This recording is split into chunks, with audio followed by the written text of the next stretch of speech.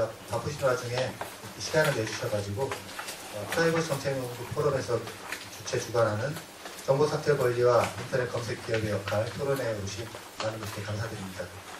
그래서 일단 일정표와 약간 수정을 해서 실제는 지금 고려대학교 박경신 교수께서 먼저 발제를 해주셨는데 시간 관계상 두 번째 발제를 맡아주실 한길신문 사랑과 디지털 연구소의 구봉원 소장께서 잊혀질 권리 편집이 던진 과제로 먼저 발제를 하시고 첫 번째 주제는 곧 도착하신 대로 이어서 발제를 하겠습니다. 박수 부탁드리겠습니다.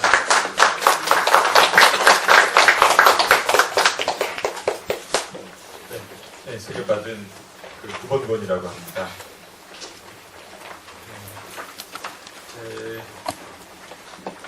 저는 그 기자로서 이 잊혀질 권리에 대해서 좀 취재를 몇 해 전부터 해왔었는데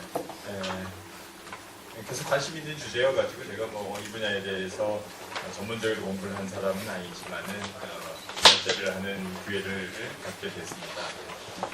오늘 그 박경신 교수님께서는 평석을 통해서 조금 비판적으로 잊혀질 권리에 대해서 전망하신 것에 대해서 저는 잊혀질 권리의 좀 긍정적인 측면에 대해서 조금 법리적인 거라기보다는 법적인 걸 떠나서 약간 개념적인 차원에서 접근을 하고자 합니다. 그래서 오늘 한 20분 동안 발제를 좀 하겠고요. 먼저 잊혀질 권리 이번에 판결의 대상이 된 그림을 하나 보셨으면 좋겠는데요. 그 목차 앞 페이지에 옛날 신문 티켓 그림이 하나 있습니다. 이번에 판결의 대상이 된 바르셀로나에서 카탈루냐로 발행되는 라 방가르디아라고 하는 신문입니다. 그 왼쪽에 담배 피고 있는 사람이 아니고 그 오른쪽 칼럼에 밑에서부터 한 5번째 알림 그 스페인어 카탈루냐어도 돼가지고 뭐 이걸 저는 모릅니다만은 이름이 마리오 코스테하 고자레스라고 나와 있습니다. 이게 부동산 경매라고 하는 경매 알림입니다. 근데 이제 이것이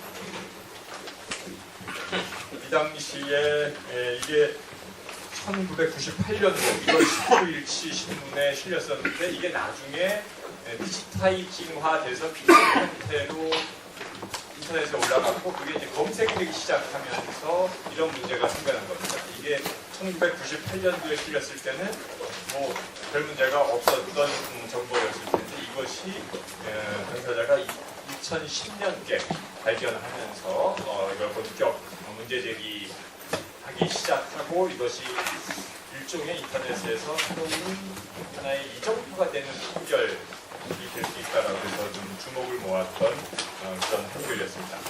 그래서 먼저 간단하게 요 판결이 어떤 건지 설명을 해드리겠습니다. 스페인 변호사인 마리오 코스테아 곤잘레스라는 사람이 이 신문에 98년도 1월 19일치, 3월 9일치가 자신의 이름을 구글에서 검색을 했을 때 자신의 이름이 검색되는 것 그리고 이미 다 변제한 과거의 부채로 인한 경매 기록이 검색되어서 자신의 신용 혹은 자신의 정체성에 대해서 손상이 있다라고 해서 문제를 제기했습니다. 스페인 정보보호원에. 그래서 스페인 정보보호원에서는 이거를 기사는 언론의 자유에 해당하기 때문에 삭제할 수 없지만 인터넷 검색 결과에서는 삭제하라라고 했고 이것은 이런 결정을 내리자 구글은 스페인 법원으로 가져갔고 스페인 고등법원은 이 판단에 이것에 대해서 조금 더 유럽 최고법원은 유럽 사법재판소의 해석을 구해보겠다라고 했는데 이번에 5월 13일에 유럽 사법재판소에서의 해석이 드디어 나온 겁니다. 그 해석은 그 스페인 개인정보보호원에서 애초에 내렸던 결정을 승인해주는 그런 내용이었습니다. 라 방가르디아의 DB에 남아있는 정보를 손댈 필요 없지만 그것이 코스테아의 이름을 구글에서 검색했을 때 그 스페인 신문과 연결된 그 링크 정보는 삭제하는 것이 마땅하다. 왜 삭제해야 되느냐 하면은 그 이유들에 대해서 이제 뭐 몇 가지 근거를 제시했는데 그것에 대해서는 뭐 박경식 교수님께서 조금 더 상세하게 평석을 해주실 거라고 믿고요. 첫째, 이것이 더 이상 그 적절하고 관련성 있고 수집 목적에 비해서 과도하지 않아야 되는 이런 그 개인정보 처리를 규정한 유럽에서의 그 95년도에 제정된 유럽연합의 데이터 보호 디렉티브 규정에 적합하지 않다라고 판결을 내렸습니다. 그 사유로서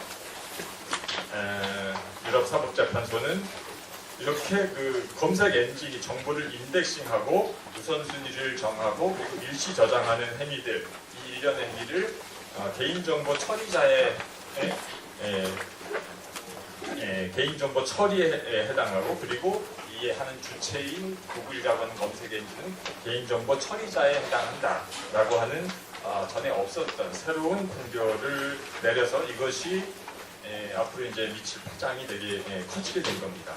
그리고 이제 이 판결이 내려진 이후에 두 번째 판결 이후의 구체적인 절차에 보시면은 여러 가지가 이제 달라졌습니다. 구글은 절대로 이런 것들이 실현될 수 없다라고 그동안 판결 이전에 강력하게 반발해 왔는데 이제는 뭐 구글도 5월 30일부터 이 삭제 요청을 받아들이는 접수하는 창구를 웹사이트를 개설을 했고 그리고 독일에서는 독일 내무부라는 데서 이제 이것이 함부로 삭제돼서는 안 된다. 혹은 기계적으로 자동적으로 삭제돼서는 안 된다.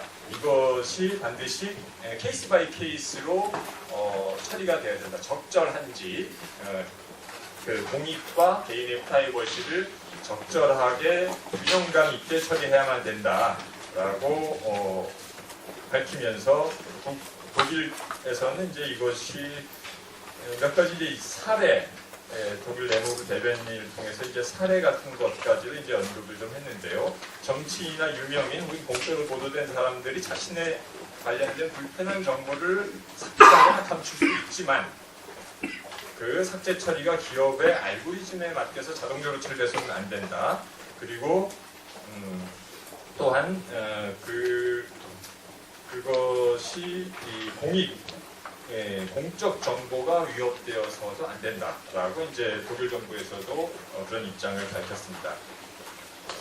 그리고 유럽 연합 집행위원회 EC라고 하는 유럽 연합의 그 행정기구에서는 사례를 들었는데 두 번째 장에 이제 볼드 처리로 된 내용입니다. 존 스미스라고 하는 사람이 구글에서 자신의 이름을 검색을 하고 자신의 정보를 포함하고 있는 웹문서로 연결되는 검색 링크 삭제를 구글에 요청할 수 있게 됐다. 그러면 이제 구글은 유럽 사법재판소가 제시한 기준, 정확성, 적합성, 시간 경과에 따른 관련성 등을 따져서 삭제하는 것이 적합한지를 판단해서 삭제할 수 있다. 그때 이제 구글은 존 스미스라고 하는 사람가 공적 인물인지 혹은 그에 관한 정보가 일반적 공익하고 관련이 있는지 이런 것들을 검토해서 자체적으로 판단할 것이다. 그리고 거기에 대해서 요청자가 납득하거나 불만이 있으면은 법원이나 정보보호감독기구로 다시 제소를 할 수 있는 절차가 있다라고 구체적인 절차와 이 내용까지도 얘기를 하고 있습니다. 그러면서 이제 이 팩트시트라고 하는 유럽 연합 집행위원회에서 5월 13일 판결이 난 것에 대해서 상당히 구체적으로 예를 들어서 설명을 하고 있습니다. 세 번째 장 부분에 판결 함의라고 하는 부분에 이제 고딕 처리한 내용이 이제 거기 담겨 있는데요. 이 팩트시트에서 유럽 연합 집행위원회가 설명을 한 것을 보면은 상당히 균형점을 찾은 판결이다. 이것이 어느 한쪽 그 프라이버시나 혹은 표현의 자유, 일방을 옹호하는 것이 아니라 사안별로 그 두 가지를 반드시 균형점을 찾아서 케이스 바이 케이스로 처리되어야 된다. 삭제 요청에 대해서. 그래서 사법재판소는 판결에서 잊혀질 권리가 언론 자유나 표현 자유와 같은 기본권을 능가하는 우월한 권리라고 격상시키지 않았다라고 해석을 하고 있습니다. 그래서 개인정보 보호권도 표현의 자유도 절대적인 권리가 아니다. 인터넷 사용자들의 합법적 이해와 개인의 기본권 사이의 공정한 균형이 모색되어야 한다. 라고 하는 게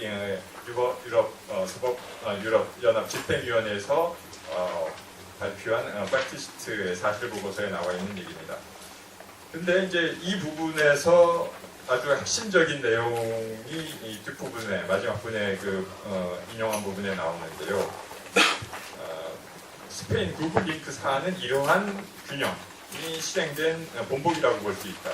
스페인 시민의 데이터 자체는 여전히 접근 가능하지만 더 이상 모든 곳에서 접근 가능하지는 않게 됐다. still accessible 하지만 더 이상 유비쿼터스하게 이용되지 않는다. 라고 하는 게 이번 그 판결의 의미다라고 이제 강조를 하고 있습니다. 저도 특히 이 부분에서 이번 판결이 갖는 함의가 대단히 크다라고 하는 겁니다. 검색 엔진이라고 하는 것이 기존에 존재하는 모든 것들을 사실상 모든 정보를 연결시켜주고 억세서블하게 만들어줬는데 그러면은 그 억세서블하게 된 정보 자체는 모두가 아무런 제한 없이 이용할 수 있는 퍼블릭한 것이라고 볼 수 있는 것입니다. 라고 하는 것에 대한 문제 제기가 계속 있었고 그러면서 그동안 그런 상황에서 다양한 종류의 프라이버시 주장과 권리 침해 얘기가 나왔습니다. 그것에 대해서 이번 유럽 사법재판소는 아무것도 우월한 것이 없다. 케이스 바이 케이스로 따져봐야 된다. 그리고 거기에 대해서 케이스 바이 케이스에 대해서 몇 가지 사례와 기준점을 제시했다라고 하는 겁니다. 그런데 이 판결 자체가 앞으로 인터넷 환경과 특히 검색 엔진 그리고 우리의 정보 접근권 또 프라이버시 이런 것들에 끼칠 영향은 엄청나게 지대하다라고 하는 거죠. 여태껏은 사실 이러한 것들에 대해서 이런 구체적인 판결이나 이권 해석이 없었습니다. 그래서 이것을 억세서블 하지만 퍼블릭하지 않은 정보에 대해서 사실 참고할 만한 판결이 미국에서 1980년대 말에 있었습니다. 그것이 4번에 제가 관점을 통해서 언급한 검색 엔진의 인덱싱 기능과 실질적 모호성이라고 하는 것은 사실 우리말이 아닌 영어를 번역하는 데 대해서 좀 표현하기 애매한 말인데 이 실질적 모호성이란 말을 사실상 미공개라고도 이제 말을 합니다. Practical Obscurity라고 하는 말, 이 판결을 가지고 설명을 드리면 조금 나을 것 같은데요. 1989년에 미국의 자유를 위한 기자평의회, 우리 좋지만 기자연맹 같은 것들이 될 수 있는데 이 기자연맹이 미국 법무부를 상대로 범죄자 전과 기록 데이터베이스를 요청을 했습니다. 그런데 미국 연방대법원은 이것이 언론 자유에 해당하지, 정보 접근권 언론 자유에 해당하지 않는다라면서 이제 기각을 했는데 이 내용은 뭐냐면은 미국에서는 전과자 정보를 모든 법원마다 다 공개를 합니다. 다 공개된 정보인데 그것을 법무부 FBI는 모아가지고 하나의 방대한 데이터베이스를 갖고 있습니다. 일일이 낱개로 존재하던 정보들을 모아가지고 인덱싱 해가지고 하나의 데이터베이스, 거대한 데이터베이스 파일로 만들어서 거기에 이제 검색하는 것들이 바로바로 찾아지는 그런 데이터베이스를 FBI는 갖고 있는 거죠.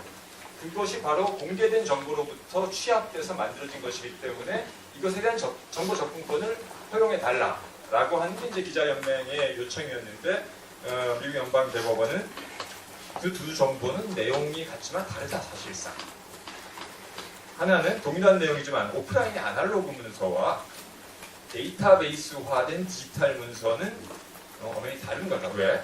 많은 시간과 노력을 기울여서 찾을 수 있는 법원의 개별적인 재판 기록하고 이것을 한 방에 키워드만으로 쉽게 찾을 수 있는 전산화된 데이터베이스는 달라야 된다. 즉 인덱싱 되기 전에 데이터베이스로 만들어지기 전에 있었던 개별적인 재판 기록들은 사실상 비공개된 정보였다. 프랙티컬 오브스큐리티의 영역이 있었다라고 말하는 겁니다.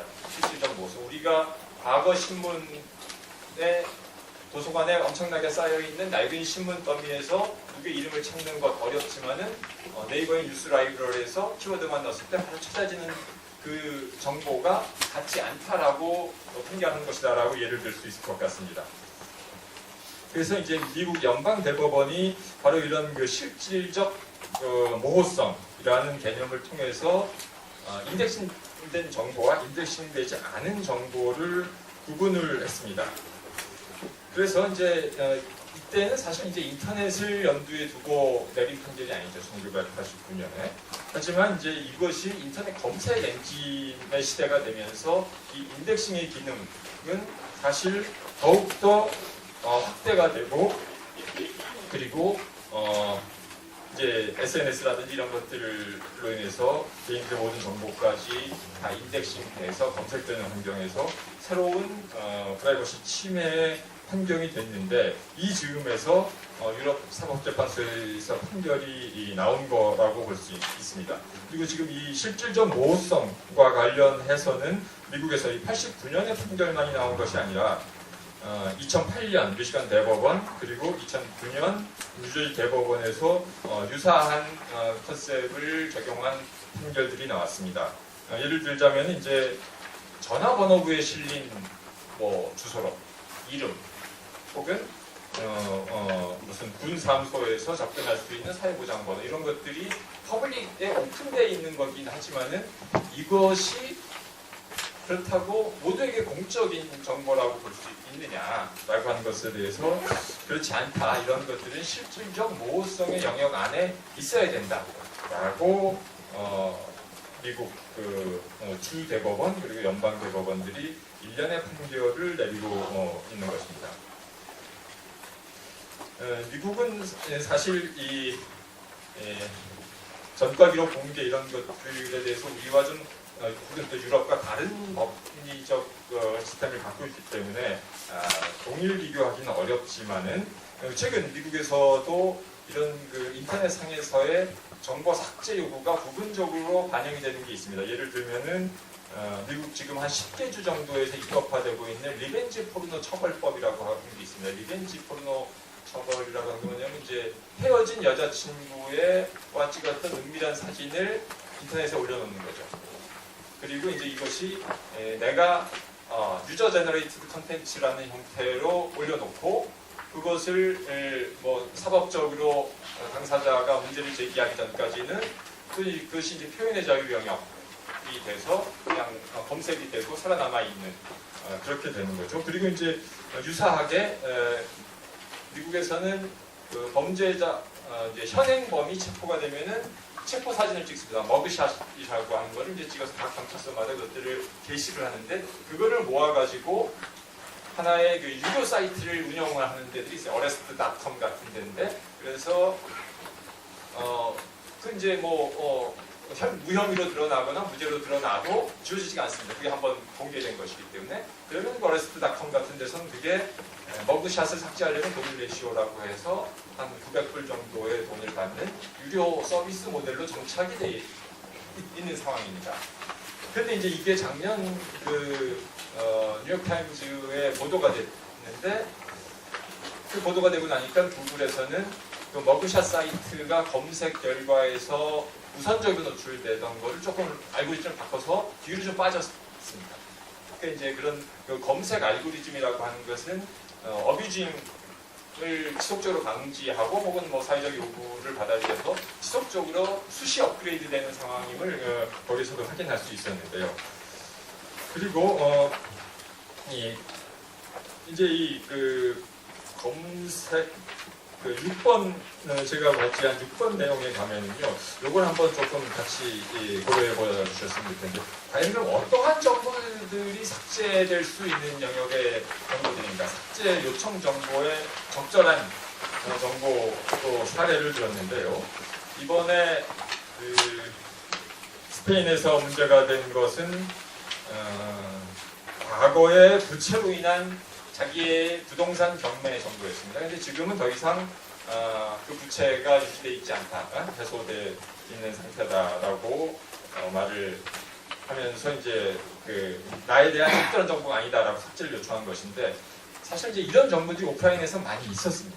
대표적인 게 이런 신용정보 기록, 그리고 전과 기록, 혹은 요새로 따지면은 그 성범죄자, 일시적으로만 유통되다가 그것의 시한과 만료 기간을 정해놓고 그 이후에는 사용할 수 없게 하고 접근할 수 없게 해놓은 정보들이 있습니다. 그래서 신용정보보호법 같은 데는 그 사유가 사라진 지 5년 뒤에 그 정보를 절대 사용할 수 없게 되어 있습니다. 내가 5년 전에는 무슨 그 그러니까 연체자였지만은 그걸 다 갚은 다음에 또 과거에 연체한 적이 있으니까 계속 불이익을 받아라고 가산금리를 절대 매길 수 없습니다. 그래서 절대 활용할 수도 없고, 미국에서도 7년 지난 신용정보는 절대 활용할 수 없도록 법제화되어 있습니다.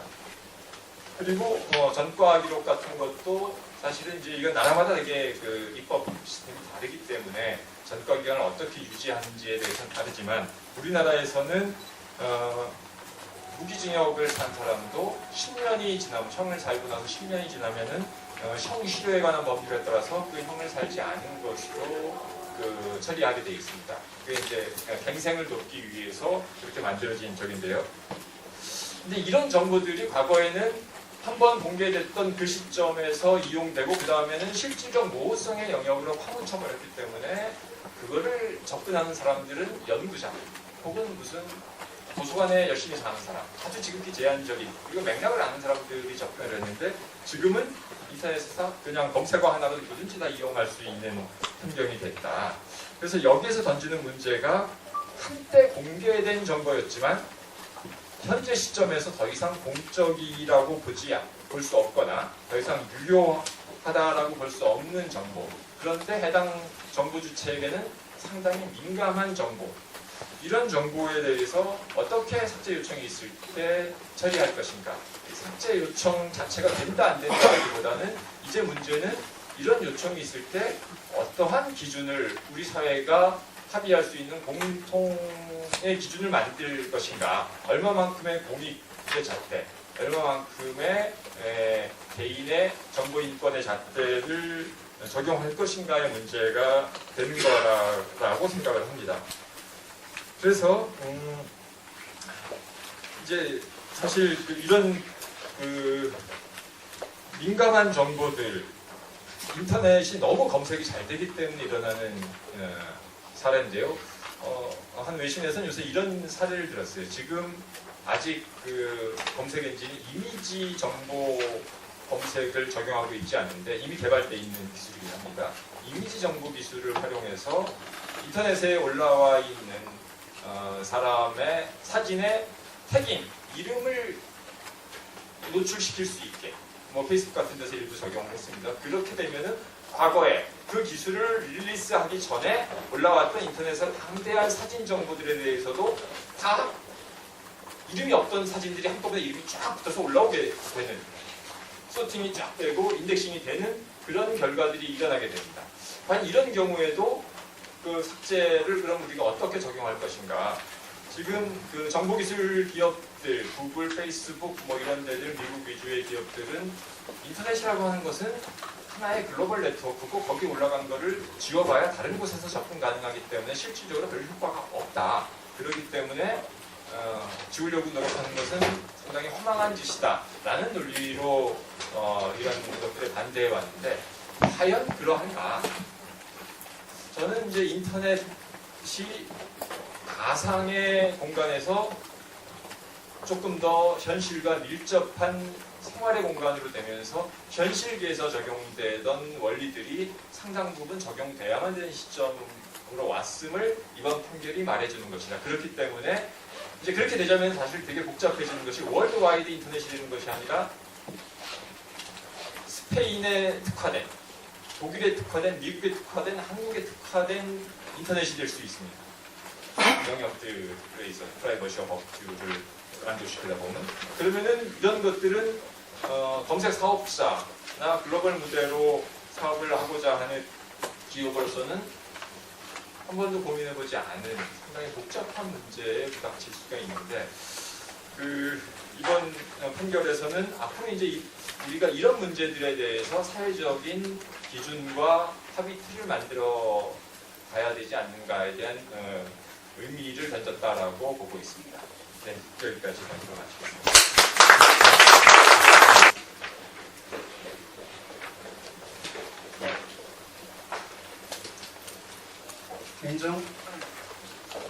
개인정보보호법의 해석이 사실 구글 스페인 판결의 핵심적인 쟁점입니다.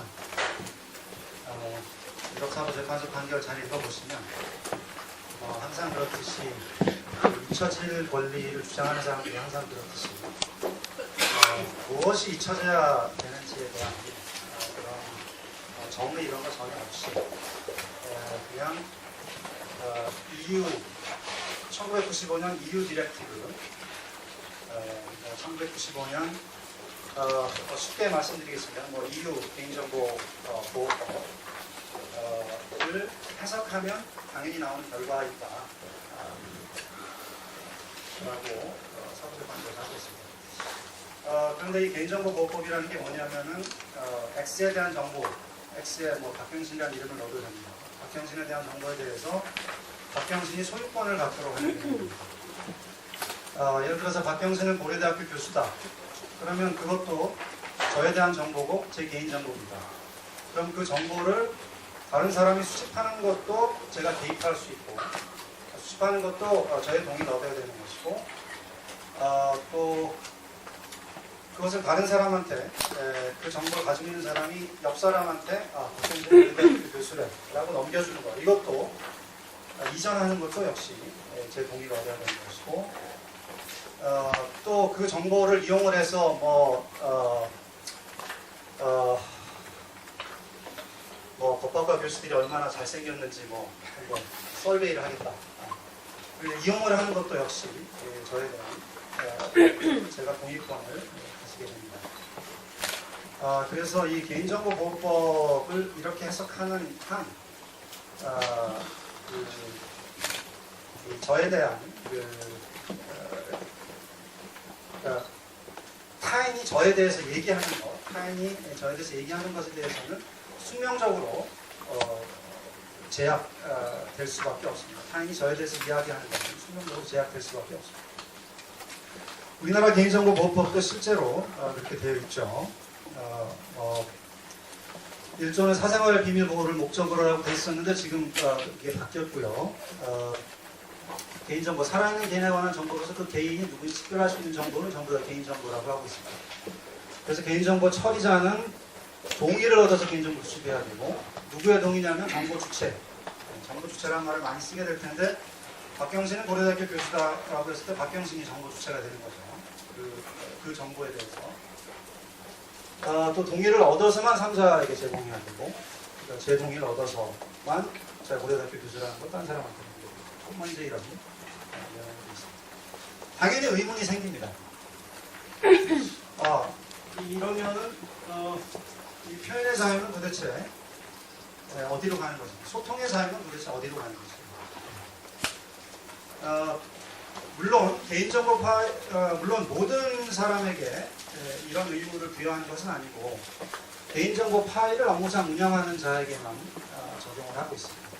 그리고 개인정보 파일은 개인정보를 쉽게 검색할 수 있도록 체계화한 개인정보 집합물이라고 하고 있습니다. 쉽게 검색된다. 나는 개인정보 처리자가 아닐 거야 라고 생각할 수 있지만 컴퓨터의 기술의 발달로 해서 이제 많은 것들이 검색 가능한 기계적 판독이 가능한 형태로 제공되고 있습니다. 제가 쓴 논문 이 논문도 당장 이 안에 여러 사람 이름이 있을 수가 있습니다. 뭐 제가 역사학자라면. 그럼 이 논문도 곧바로 아래 한글에 검색 기능이 있죠. 그러면 사람 이름을 넣어서 이 안에 있는 그 개인 정보들을 취득할 수 있게 되는 겁니다. 그렇다면 이 뭐 역사학에 대해서 논문을 쓴다면은 뭐 예를 들어서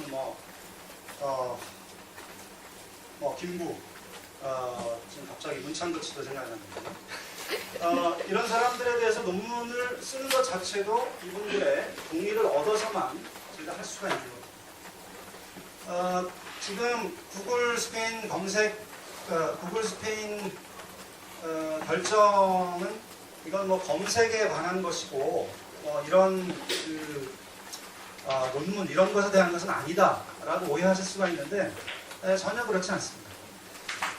유럽사법재판소에서 유럽사법재판소의 그 결정은 뭐냐면 구글이 여러 곤잘레스라는 이름이 있는 문헌들을 포착을 해가지고 그 URL을 하나의 페이지에 링크 형태로 적시를 해주죠. 뭐 어떤 순서로 하는지 이런 거는 뭐 저도 모르겠습니다만 뭐 어떤 형태로든지 하나의 문서로 만들어서 거기에 인베딩을 시켜줍니다. 그러면 그 웹페이지를 제공한 것 자체를 지금 제공한 것 자체를 제공한 것 때문에 그 구글을 정보 처리자로 개인정보 처리자로 보고 있는 것이고 그래서 저는 이게 이번 판결이 잊혀질 권리와 그러니까 이번 판결이 원문에 대한 원문을 통해서 말할 자유 이런 것과는 별개다. 저는 이렇게 보지 않습니다. 예를 들어서 요즘 많은 파워 블로거 분들 보시면은 그 블로그 페이지 들어가 보면 링크 전부 다 링크로 구성된 경우도 많이 있습니다. 자기가 봤던 재미있는 것들 쭉 링크로 나열을 해줍니다. 페이스북, 트위터 보십시오. 여러분들 대부분의 페이스북, 트위터 계정을 보면 각 엔트리들이 그냥 링크들입니다. 그 링크들을 제시하는 것 자체도 개인정보 처리로 보고 있기 때문에 그 트위터 계정이나 페이스북 계정을 업무상 이용할 경우에는 유럽사법재판소 논리라는 똑같이 적용이 돼야 되는 것입니다.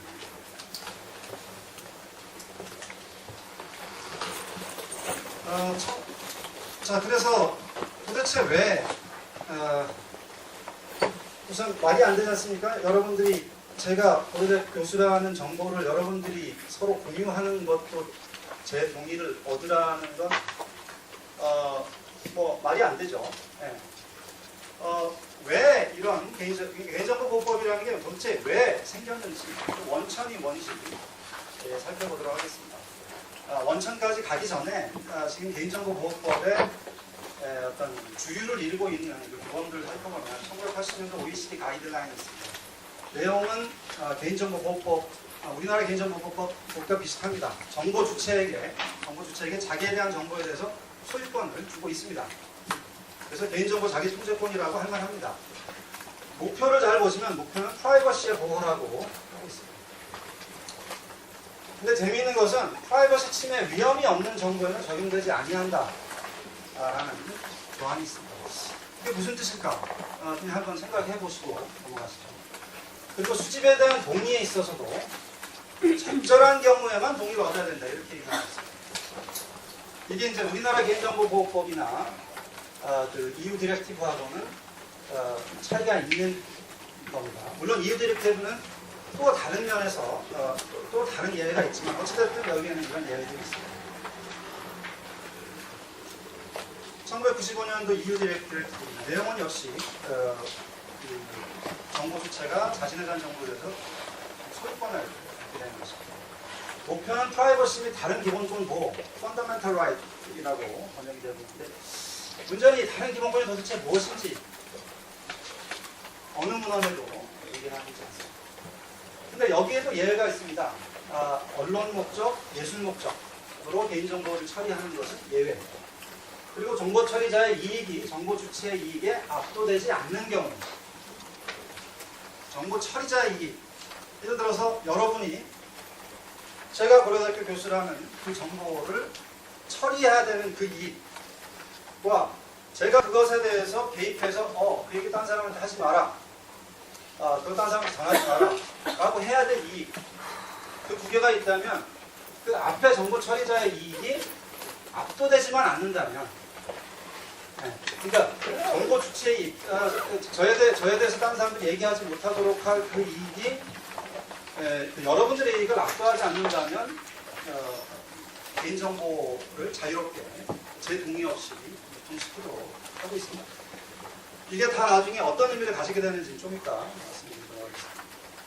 그래서 이 지금 가장 중요한 문건인 OECD 가이드라인과 EU 디렉티브를 보면 개인정보는 이 개인정보는 프라이버시보다 더 넓은 개념이라는 걸 알 수가 있습니다. 그래서 프라이버시는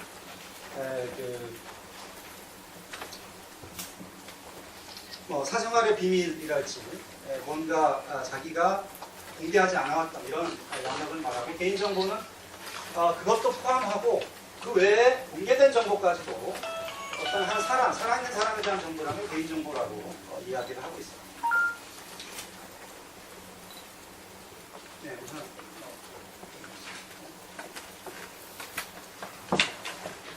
그리고 프라이버시는 계속해서 이 문헌들이 얘기하는 것은 개인정보 이 보호법을 만든 이유는 프라이버시를 보호하기 위한 것이다 라고 이야기를 하고 있습니다.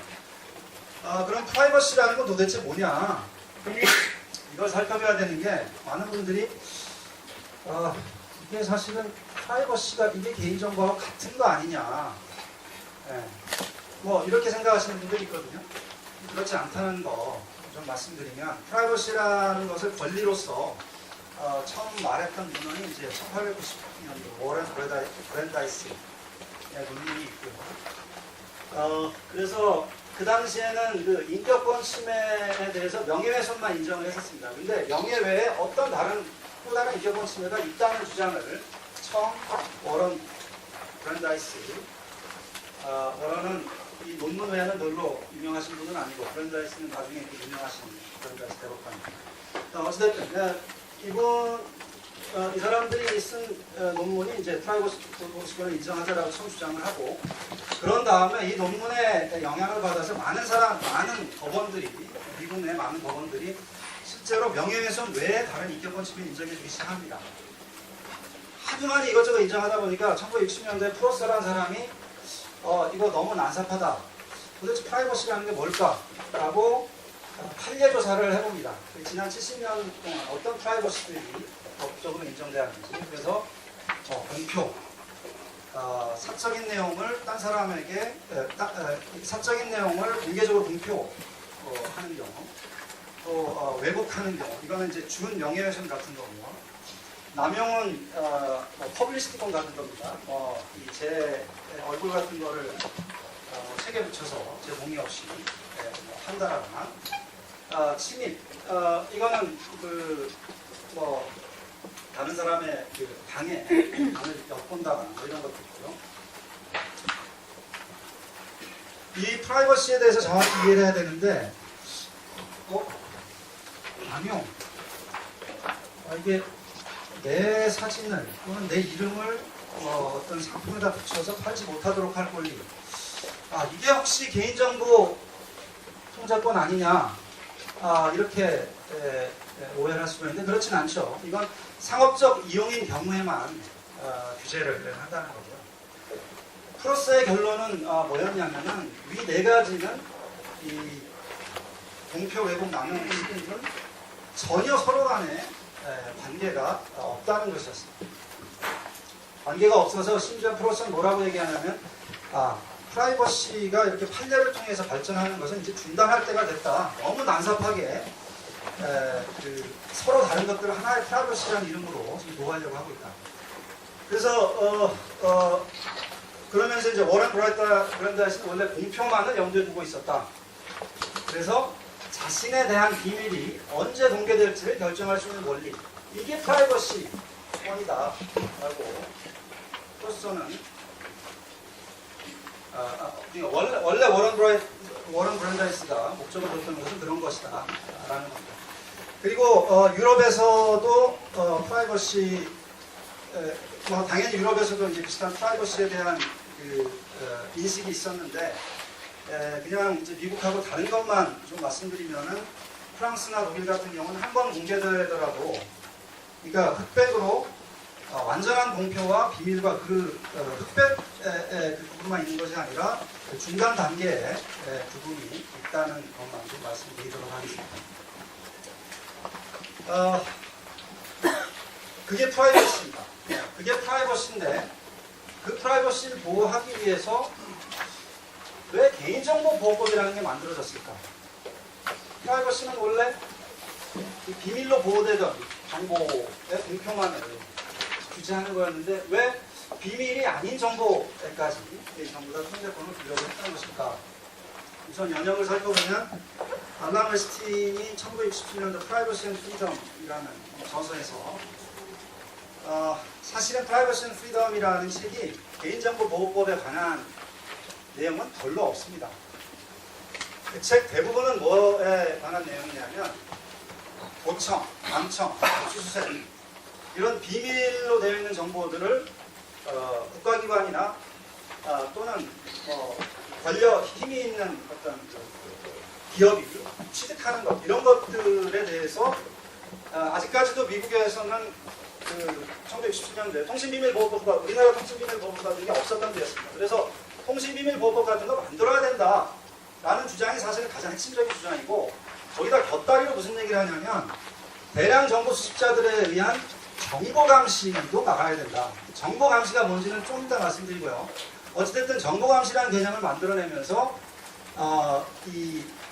꼭 예를 들어서 비밀리에 뭐 방에 들어가서 뭐 정보를 캐내오거나 편지를 뜯어보거나 뭐 도청을 하거나 그렇게 하지 않더라도 동의를 얻어서 정보를 얻을 때도 동의를 얻어서 그 정보 주체로부터 정보를 얻을 때도 그런 그런 거래만으로도 정보 감시가 발생할 수 있다라고 처음 여기서 얘기를 합니다. 그래서 그걸 막기 위해서 고안해낸 것이 Fair Information Practice입니다.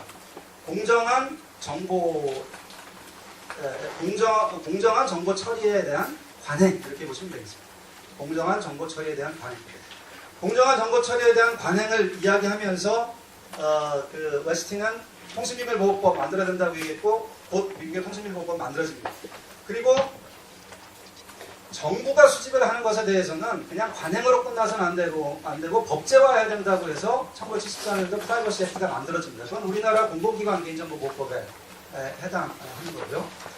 그리고 이어서 1980년도 OECD 가이드라인, 95년도 유럽 개인정보보호법 디렉티브 이런 식으로 확산이 되게 되는데 기본적으로 그 책에 이 정보 감시, 이 공정한 정보 처리 관행의 그 핵심에 뭐가 들어있냐면 바로 정보 주체에게 그 자신에 대한 정보에 대해서 소유권을 일정하게 줘야 된다는 주장이 있었던 겁니다. 그렇다면 공정한 정보 처리 관행은 왜 만들어졌을까? 다시 그 질문으로 들어가서 보호하려고 하는 건 프라이버시인데 왜 프라이버트하지 않은 정보까지 전부 다 개인정보라고 해서 정보 주체에게 통제권을 주려고 한 것인가? 웨스트는 이렇게 얘기합니다. 정보를 어떤 기관이든 회사든 사람에 대해서 너무 많이 수집을 하면 잠재적인 기록의 감옥을 만들어서 수백만 명의 미국인들이 과거에 실수더라고 해도 앞으로 수십 년을 기다릴 수 있는 영구적인 증거가 될 수 있다. 그리고 이 정보가 언제 자신에게 해롭게 이용될지 어떤 목적으로 이용될지 모른다. 그래서 개인정보에 대한 권리는 자신의 사적 인격에 대한 결정권을 고쳐야 하면 재산권으로 정의되어야 한다라고 이야기를 합니다. 그래서 이 책을 이제 한번 읽어보시면 이제 무엇을 알 수가 있냐면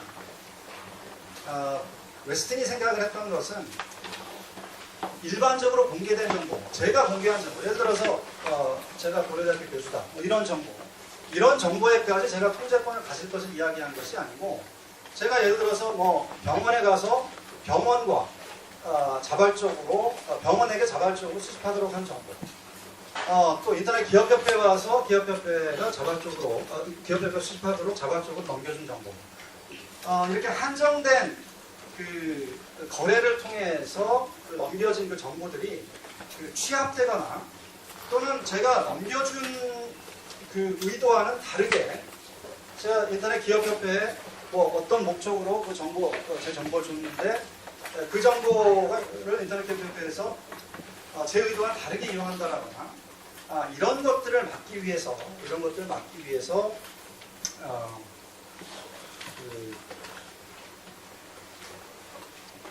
다시 말씀드리면 그런 것들 그렇게 내가 의도하지 않았던 용도를 이용한다라거나 의도하지 않았던 사람에게 전달된다라거나 그리고 그렇게 해서 취합된다라거나 이런 것들을 아까 말씀드린 정보 감시라고 생각을 한 겁니다.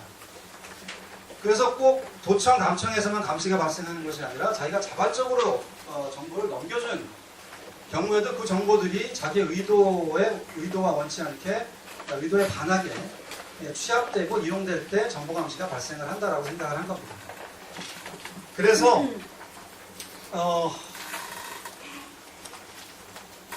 공개된 정보에는 개인정보보호법이 적용되지 않는다라는 원칙들을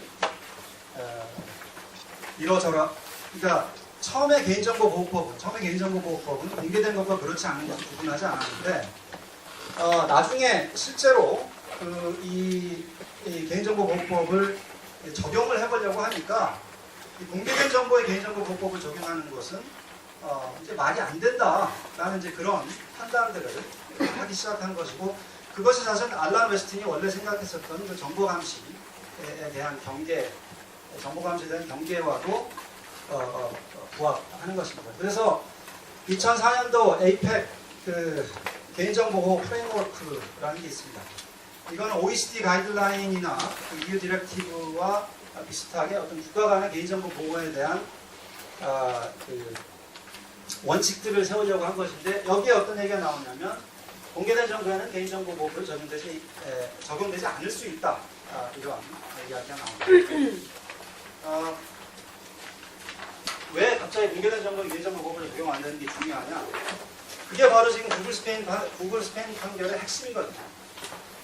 곤잘레스가 세금 체납을 해가지고 경매를 당했다는 것은 이미 공개된 정보였습니다. 신문에 난 정보였습니다. 근데 그것을 블로거가 됐든 구글이 됐든 어떤 다른 누군가가 그것을 그 내용이 있는 링크를 갖다가 어떤 페이지, 그것이 뭐 검색 페이지든 자기가 수동으로 만든 페이지는 어찌됐든 그 링크를 써주는 것, 이것이 개인정보보호법 개인정보보호법 위반이라고 하니까 도대체 어떻게 그럴 수가 있느냐? 공개된 정보인데, 그래서 이제 이 질문이 나온 이 질문이 중요해집니다. 1995년 EU 디렉티브도 이 세이프하버라고 말씀드렸는데, 1995년도 그 EU 디렉티브에 대한 매우 중요한 해석이 하나 있습니다. 미국 내에 있는 정보 회사들이 EU 내에 사는 사람들, EU 시민들의 개인 정보를 받을 때 어떤 규칙을, 어떤 관행을 유지해야 되는가에 대해서 EU하고 미국 상무부하고 협상을 한 적이 있습니다. 거기에 이제 세이프하버가 나옵니다. 세이프하버라는 건 아시겠지만 이제 어떤 의무로부터 면책되는 그런 조항들을 말하는 거죠. 거기에도 역시 공개된 정보에 대해서 개인정보보호법 적용되지 않는다는 이야기가 나옵니다.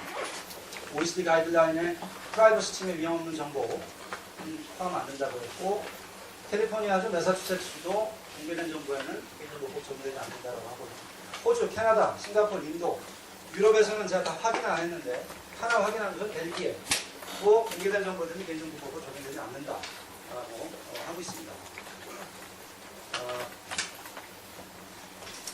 그래서 저는 지금 스페인 구글 판결, 구글 스페인 판결은 왜 개인정보보호법을 만들었는지에 대한 개인정보보호법의 원래 입법 취지를 망각한 판결이다라고 생각합니다. 기본적으로 그 정보 감시에 대한 경계, 정보 감시를 막기 위해서 이 개인정보법을 만든 것인데, 이 정보 감시라 하면 제가 이미 딴 사람들한테 널리 공지한 정보, 또는 어떤 다른 법적인 이유로 저에 대해서 이미 공지된 정보, 이런 것을 누군가 뭐 다른 타인이 가지고 있다고 해서 저에 대해서 어떤 뭐 파워를, 통제권을 가질 수가 없는 거 아니겠습니까? 저를 뭐 해코지 한다거나 이럴 수 있는 게 아니겠죠. 모두가 가지지 않은 한정된 상황에서 한정된 사람들만 가지고 있는 정보, 그 정보들을 누군가 취합할 때 그때 저를 감시한다고 비로소 말할 수 있겠죠. 아니, 아주 쉽게 말씀드려서 제가 대학교 교수라는 정보를 여러분들이 서로 취합하고 있다고 해서 여러분들이 저를 감시하고 있는 겁니다. 그런 건 아닙니다. 그래서 이런 거를 이제 완화가 판결이라고 생각하고, 저는 우리나라에서 이런 것들이 이런 또 오해가 발생하지 않도록 하기 위해서는 뭔가 입법적인 해결이 필요하다고 생각을 하고요. 그래서 자료집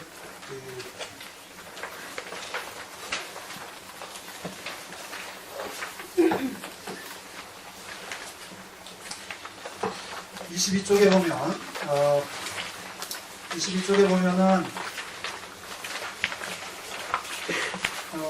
뭐 그거 다 읽으실 필요 없이 최소한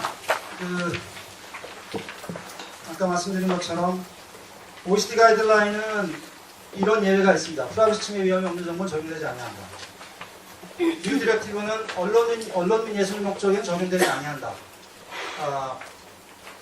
우리나라는 그럼 둘 중에 하나라도 있느냐? 둘 다 없습니다.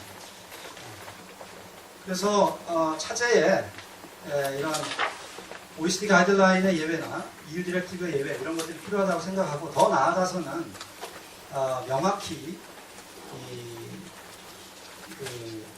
좀 표현의 자유와 좀 소통의 자유와 그 프라이버시사의 경계를 명확히 하기 위해서는 이런 공개된 정보는 개인정보로 적용되지 않는다라는 그런 법 개정도 필요하다고 생각합니다.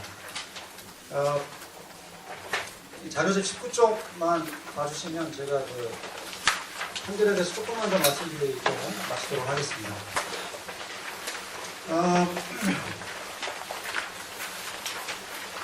뭐 이미 앞에 계신 분께서 말씀해 줄 수 있었지만, 유럽사법재판소는 그 과거의 경매 공고를 검색 결과에 포함하는 것은 정보 수집 목적에 부적합하고 무관하고 과도하다는 이유로 구글 검색에서 제외하라고 판결을 했습니다. 왜 무관하고 왜 과도한지 왜 부적합한지에 대해서는 한 줄의 설명도 없습니다. 그냥 부적합하고 무관하고 과도하다라고 얘기합니다. 궁금하시죠? 도대체 이게 무슨 뜻인지, 부적합하고 무관하고 과도하다. 이게 뭐냐면, 그 밑에 이제 이게 EU 디렉티브에 그러니까 EU 개인정보보호법에 나와 있는 조항입니다. 6조 1C에 있는 것인데, 예를 들어서 병원에서 혈액형이 A형인데 B형이라고 썼다거나, 그러면 그 정보가 부적합한 거죠. 그거 고쳐야 되는 거고, 또 병원에서 치료를 받으러 갔는데 병원에서 쓸데없이 범죄 경력을 조사한다거나, irrelevant, 무관한 겁니다. 또는 뭐 병원에서 뭐 예를 들어서 뭐 성과 관련된 또는 임신과 관련된 그런 뭐 질병이라고 생각을 해보죠. 근데 뭐 병원에서 성관계 체의를 물어본다라거나 그것이 과도할 수도 있는 거죠. 그런 경우에 이제 그 정보를 삭제나 또는 수정해달라고 정보 주체가 주장을 할 수 있다는 것인데, 여기서 잘 보십시오. 거기서 inadequate, irrelevant, excessive는 무엇에 비추어서 판단하는 거냐면 의료 목적에 비추어서 판단하는 겁니다. 그러면 구글이 곤잘레스의 경매 공고 링크를 그 자기의 검색 페이지에 띄울 때는 어떤 목적을 기준으로 해서 이 적합성, 관련성, 과도성을 판단해야 되냐면 바로 구글의 검색 서비스라는 목적을 기준으로 판단해야 되는 겁니다. 그렇다면 구글의 검색 서비스의 목적은 뭡니까? 여러분들 구글 검색창에 누군가 이름을 입력할 때 무엇을 합니까? 그 사람 이름이 등장하는 모든 문헌을 불러보려고 그 검색 서비스를 이용을 합니다. 그렇다면은 여기서 그 검색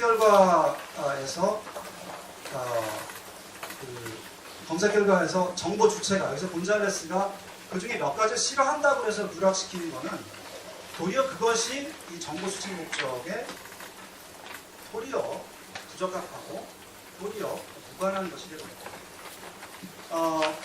그래서 그 유럽사법재판소 결정을 잘 보면 정보 수집 목적에 부적합하다, 무관하다, 과도하다 이 얘기만 나오고 그 정보 수집 목적이 뭔지 얘기를 안 해요. 딱 그 생각만 하면 되는데 그 정보 수집 목적이 뭡니까 도대체? 구글이 그 정보를 수집하는 목적이 뭡니까? 곤잘레스라는 이름이 들어오면 곤잘레스라는 이름이 있는 모든 문헌을 불러서 보여준다. 이게 정보 수집 목적 아닙니까? 그럼 거기에 맞게 판단을 해야 되는 거죠. 그 밑에 말씀드린 것처럼 그 구글의 정보 수집 목적은 곤잘레스의 재정 상태를 보고하려는 것이 아닙니다. 구글이 신용정보 서비스 회사라면 신용정보 서비스라는 목적에 맞게 이 정보들을 판단한다면 12년 전의 경매 사실이 과도하거나 무관하거나 현재 상황과는 그럴 수도 있어요. 근데 구글은 신용정보 서비스 회사는 아니거든요. 검색 엔진이죠.